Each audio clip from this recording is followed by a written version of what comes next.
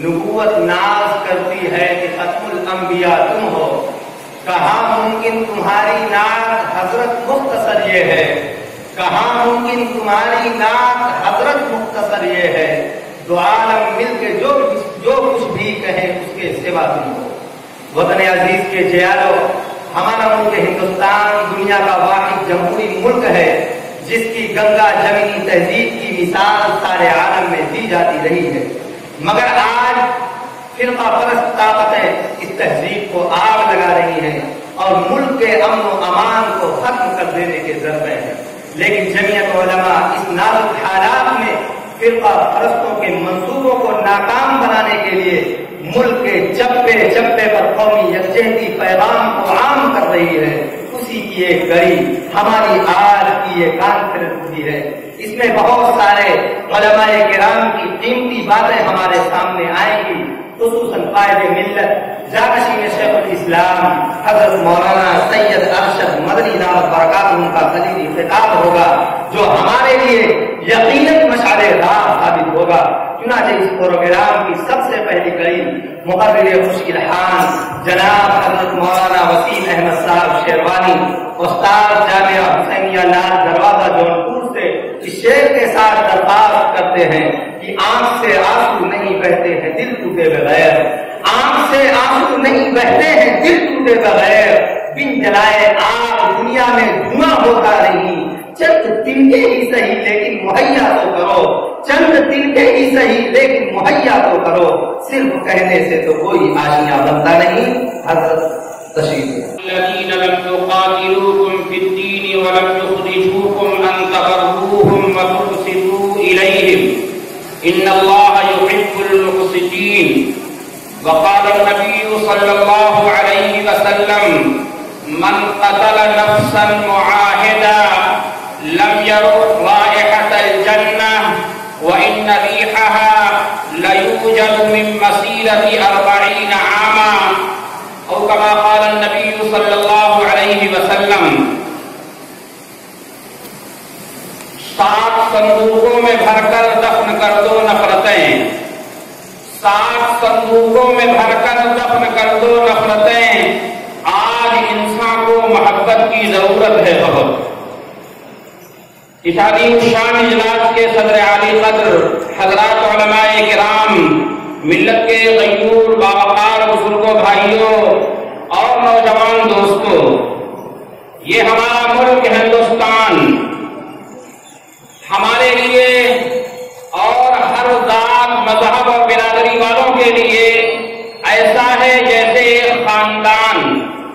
اس ملک میں بسنے والا کوئی بھی فرد ہو، چاہے وہ ہندو ہو، مسلمان ہو، سکھ ہو، عیسائی ہو، وہ ہمارا فیملی ممبر ہے، ہمارے اہل خانہ ہیں، ہمارے افراد خانہ ہیں۔ اور ایک گھر کے اندر اگر چند بھائی آپس میں مل جل کر رہتے ہیں تو وہ کٹیا ہے تو جنت نما لگتی ہے، اور شاہی محل ہے تو وہ جہنم کا نظارہ پیش کرتا ہے۔ لہذا بھائی بھائی سے ناراض ہے، باپ کی بیٹے سے انبن ہے، بہن کی اپنی بھاوت سے اور اس طرح کے رشتہ داروں سے ناچاقی اور نااتفاقی ہے، تو خوشی کی تقریب اور محفلیں بھی ادھوری، نامکمل، ناقص ہو جاتی ہیں۔ یہی تو وجہ ہے ایک بھائی سے کئی مہینے اور کئی سال سے ناچاقی اور ناتعلقاتی ہوتی ہے، شادی کا موقع آتا ہے، ہر ایک دوسرے کے یہاں جا کر گر کے منانے کی کوشش کرتا ہے، اور اگر اتفاق نہیں ہوا تو شادی میں جو مین آدمی ہوتا ہے، ذمہ دار، وہ لوگوں سے کہتا ہے سب لوگ کھا رہے ہیں، اچھا تو لگ رہا ہے، مگر میرے اپنے ہی بھتیجے نہیں شامل ہیں، اس لیے میری خوشی نامکمل ہے۔ علامہ حالی نے کہا تھا وہ گھر جس میں دل ہوں ملے سب کے باہم، وہ گھر جس میں دل ہوں ملے سب کے باہم، خوشی ناخوشی میں ہوں سب یار و ہمدم، اگر ایک خوش دل تو گھر سارا خرم، اگر ایک خوش دل تو گھر سارا خرم، اگر ایک غمگین تو گھر سارا پرغم، مبارک ہے اس قصر شاہنشہی سے، مبارک ہے اس قصر شاہنشہی سے جہاں ایک دل ہو مقدر کسی سے۔ میرے بھائیوں اور بزرگوں، اور ہندوستان کو ہم ایک خاندان، ایک گھر اس لیے بھی کہتے ہیں کہ ہم اپنے مذہبی کتاب اور مذہبی نظریات کی بنیاد پر ملک کے ہر باشندے کو گلے لگانے کے لیے مجبور بھی ہیں۔ ہمارا مذہب نفرت کی تعلیم نہیں دیتا، ہمارا مذہب اس بنیاد پر دوسروں کو آنکھ دکھانے کا طریقہ ہمیں نہیں سکھاتا کہ وہ تمہارا ہم مذہب نہیں ہے، دوسرے مذہب کو ماننے والا ہے۔ کیوں؟ اللہ رب العالمین نے ایک دو جگہوں میں نہیں، کئی مقامات پر یہ نظریہ اور یہ حقیقت بیان فرمائی۔ یا ایھا الناس انا خلقناکم من ذکر و انثی، اے دنیا میں بسنے والے انسانیت کے افراد، تمہارا تعلق کسی بھی مذہب و دھرم سے ہو، تم ایک باپ آدم، ایک ماں حوا کی اولاد ہو۔ لہذا قرآن کا یہ نتیجہ ماننے والا ایک مسلمان جب برادران وطن کی طرف نگاہ اٹھاتا ہے، یہ یادو برادری کے ہیں، یہ ٹھاکر جی ہیں، یہ مشرا جی ہیں، یہ فلاں برادری کے آدمی ہیں، ان کا دھرم یہ ہے، تو ہمارا اندر کا ضمیر یہ پکار کر کہتا ہے کہ ارے تیری مذہبی کتاب نے تو اسے آدم کا بیٹا بھی کہا ہے، اسے آدم کی اولاد بھی کہا ہے۔ لہذا مذہب سے اوپر اٹھ کر انسانیت کی بنیاد پر اللہ کے اس پیغام کے نتیجے میں ہم ایک دوسرے سے محبت کرنے کے لیے مجبور ہیں۔ یہی وجہ تھی کہ جمعیت علماء ہند اور اس کے اکابرین نے اپنے پہلے دن سے ملک کی اور ملک میں بسنے والے ہر فرد کی آزادی کے لیے ہندو مسلم اتحاد کو ضروری قرار دیا تھا، اور حضرت شیخ الہند رحمۃ اللہ تعالی علیہ کے نظریے اور ایما پر ان کے شاگردوں نے برادران وطن کے ساتھ مل کر متحدہ پلیٹ فارم کے ساتھ برادران وطن کو ساتھ لے کر مقابلہ کیا اور انگریزوں کو اس ملک سے بھاگ جانے پر مجبور کیا ہے۔ میرے بھائیوں اور بزرگوں، آج بھی جمعیت علماء اس نظریے پر قطعاً ایمان نہیں رکھتی۔ اینٹ کا جواب پتھر سے دیا جائے، گالیوں کے جواب میں گالیاں پیش کی جائیں، کوئی آدمی زخم لگا رہا ہے اس کو جواب میں زخم لگایا جائے، کیونکہ ہمارے پیغمبر جناب محمد رسول اللہ صلی اللہ علیہ وسلم کا واسطہ جن اقوام سے پڑا تھا، وہ قوم اللہ کے پیغمبر پر اگرچہ ایمان نہیں لائی تھی، وہ غیر مذہب مانتی تھی، لیکن اللہ کے نبی صلی اللہ علیہ وسلم نے پھولوں کے کانٹوں کے جواب میں پھول، زخموں کے جواب میں مرہم اور گالیوں کے جواب میں دعائیں پیش کی ہیں۔ سرزمین آدم گڑھ کے ایک شاعر نے کہا تھا، راہ میں کانٹے جس نے بچھائے گالی دی پتھر برسائے، راہ میں کانٹے جس نے بچھائے گالی دی پتھر برسائے، اس پر چھڑکی پیار کی شبنم صلی اللہ علیہ وسلم، سم کے عوض دارو شفا دی، سم کے عوض دارو شفا دی، کان سنے اور نیک دعا دی، زخم سہے اور بخشا مرہم صلی اللہ علیہ وسلم۔ میرے بھائیوں اور بزرگوں، اللہ کے پیغمبر کے دندان مبارک شہید ہو گئے، آپ اس گڈھے میں گر گئے ہیں جسے احد کے میدان میں آپ کو ہلاک کرنے کے لیے نعوذ باللہ من ذالک تیار کیا گیا۔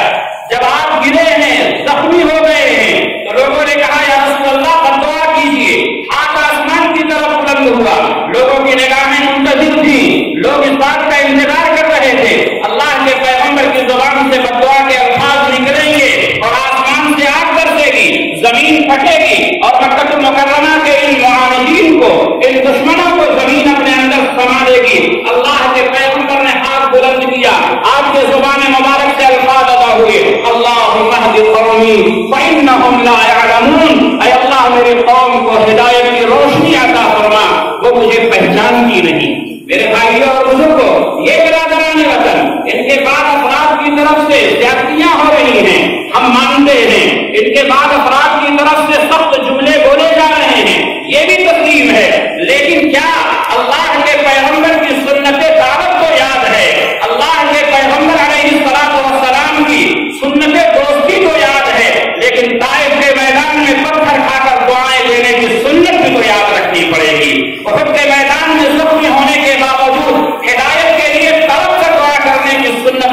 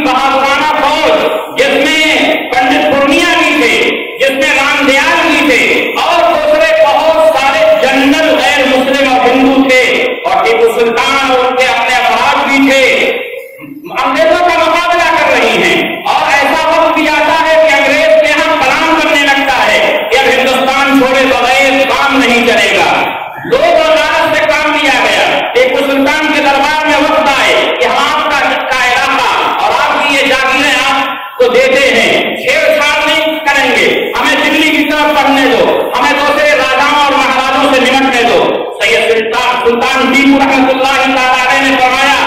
تم مجھے مشرق سے لے کر مغرب، شمال سے لے کر جنوب تک، زمین سے لے کر آسمان تک پورا علاقہ میرے قدموں میں ڈال دو اور کہہ دو کہ میں جیتے جی ہندوستان کی ایک بارش زمین تمہارے حوالے کر دوں، ٹیپو سلطان کے جسم میں خون کا ایک قطرہ باقی رہے گا، تو یہ ممکن نہیں ہے۔ میرے بھائیوں اور بزرگوں، ان باپ بیٹوں نے 32 سال تک انگریزوں کا قتل ہو کے رکھا۔ یہی زمانہ ہے، ابھی حیدر علی زندہ ہیں، ٹیپو سلطان بھی محاذ پر انگریزوں سے ٹکر لینا شروع کر دیتے ہیں۔ طاقت تھی ہندو مسلم اتحاد۔ مدراس میں بیٹھ کر انگریزوں نے ایک چال چلی، وہ یہ جانتے تھے کہ اگر ہندوؤں کو مسلمانوں سے اور ان کے درمیان نفرت کا ماحول پیدا کر کے الگ کر دیا جائے تو ٹیپو سلطان اور حیدر علی کی طاقت بکھر جائے گی۔ شری رنگا پٹنم کے ایک بڑے مندر میں آگ لگوائی جاتی ہے اور چند ہندوؤں کو پیسہ دے کر خریدا جاتا ہے۔ نتیجہ کیا ہوا؟ جب مندر میں آگ لگی تو ذہن جائے گا کہ مسلمان نے لگائی ہوگی، جیسے آج ہمارے ملک میں کسی مسجد میں اگر کسی بد جانور کا گوشت ملا تو ذہن جاتا ہے کسی غیر مسلم نے کیا، مندر میں مورتی توڑی گئی، ذہن جاتا ہے مسلمان نے کیا۔ یہ کوئی ضروری نہیں ہے، یہ کرنے والے فتنہ پرور اور شرارتی لوگ ہو سکتے ہیں اور دونوں طرف بھی ممکن ہے۔ آگ لگ گئی، ہندوؤں نے مظاہرہ کرنا شروع کیا۔ حضرت ٹیپو سلطان رحمۃ اللہ تعالی کے والد محترم نے انہیں بھیجا، جاؤ دربار میں لے آؤ۔ جو سب سے بڑا پنڈت تھا وہ انگریزوں کا بھی آلائے کار بنا ہوا تھا، دربار میں بلایا گیا، ان کی شکایتیں سنی گئیں۔ مندر میں آگ لگی ہے یہ معلوم کیا گیا، کیسے لگی یہ سب تحقیقیں ہوئی۔ حیدر علی نے کہا بیٹا ٹیپو اور میرے ہندو بھائیوں یہ سن لو، میں جانتا ہوں یہ آگ شری رنگا پٹنم سے نہیں لگائی گئی، یہ آگ مدراس میں بیٹھ کر لگائی گئی ہے ہمیں اور تمہیں الگ کرنے کے لیے، لہذا ٹیپو جاؤ اپنے خرچے پر مندر کی تعمیر تم کھڑے ہو کر کرو۔ چنانچہ مندر کی تعمیر کھڑے ہو کر کی جاتی ہے۔ میرے بھائیوں اور بزرگوں، ہمارے بادشاہوں نے اس ملک کے اندر مذہب کی بنیاد پر کسی کے ساتھ نفرت نہیں سکھائی، کیونکہ اسلام اس کی تعلیم نہیں دیتا۔ ہم جہاں رہے ہیں کسی کو زبردستی اسلام میں داخل کرنے کا نظریہ نہیں رکھتے، کیونکہ قرآن کا فارمولہ ہے لا اکراہ فی الدین، قرآن کا نظریہ ہے لا اکراہ فی الدین، دین میں زبردستی نہیں۔ وہ دیکھیے مدینہ پاک سے فوجیں روانہ ہو رہی ہیں، حضرت صدیق اکبر امیر لشکر کی رکاب پکڑے ہوئے آگے جا رہے ہیں، امیر خلیفہ ثانی عمر بن خطاب اپنے امیر اور جنرل اور کرنل کو ہدایت دے رہے ہیں، تو کیا فرما رہے ہیں؟ تم جا تو رہے ہو ایران پر حملہ کرنے، تم جا تو رہے ہو دنیا سے مقابلہ کرنے، لیکن یاد رکھنا کچھ عورتیں بھی تمہیں ملیں گی جو تمہارے مقابلے میں نہیں ہوں گی، ان کے اوپر تلوار نہ اٹھانا، کچھ بچے بھی ملیں گے انہیں زخمی نہ کرنا، کچھ لوگ ہوں گے جو اپنے کنیسا میں، اپنے گرجا گھروں میں، اپنے عبادت خانوں میں خلق خدا سے کٹ کر صرف اپنے عقیدے کے مطابق اپنے رب کی عبادتوں میں مشغول ہوں گے، تم انہیں بھی نہ چھیڑنا، ان سے تعارف نہ کرنا، جو تلوار اٹھا کر مقابلے میں آئے اسی سے تمہیں مقابلہ کرنا ہے۔ بنیاد پر اپنے مذہب سے مشغول ہیں، اس ہندوستان میں رہنے والے ہم فرد سے محبت کریں، اسے اپنا بھائی سمجھیں، اسے اپنے سینے سے لگائیں اور اسے وہ پیار دیں جو ایک بھائی کا حق ہے۔ اگر وہ پڑوسی ہے تو وہی حقوق اسے بھی ملیں گے جو مسلمان پڑوسیوں کو ملتے ہیں۔ اللہ کے پیغمبر علیہ الصلوۃ والسلام نے ان غیر مسلمین کے لیے، ان ہمارے برادران وطن کے لیے، دوسرے مذہب کے ماننے والوں کے لیے جو ہم سے لڑتے نہیں ہیں، جو ہمارے خون کے درپے نہیں ہیں، جو ہماری عزت و آبرو پر ہاتھ نہیں ڈالتے، یہ تو ہمارے برادران وطن ہیں، ان سے گویا کہ ہمارا یہ معاہدہ ہے، ہماری زبان ان سے یہ طے ہے کہ نہ تم ہماری جان پر حملہ کرنا، نہ ہم تمہارے جان کے درپے ہوں گے، نہ تم ہمارے مال پر ہاتھ ڈالنا، نہ ہم تمہارا مال چھیننے پر آئیں گے، نہ تم ہماری عزت و آبرو کو داغدار کرنا، ہم تمہاری عزت و آبرو کی حفاظت کریں گے۔ یہ ہمارا گویا کی معاہدہ ہے۔ یہی وجہ ہے کہ اگر کوئی ہندو مسلمان کو قتل کرتا ہے، ملک کے قانون میں کی نگاہ میں وہ مجرم ہے۔ کوئی مسلمان کسی ہندو کے مال پر ہاتھ ڈالتا ہے، ملک کے قانون اسے مجرم بنائے گا۔ یہی وجہ ہے کہ ہم ان کے معاہد ہیں، ہمارا ان سے معاہدہ ہے۔ اور یاد رکھیے اگر ہم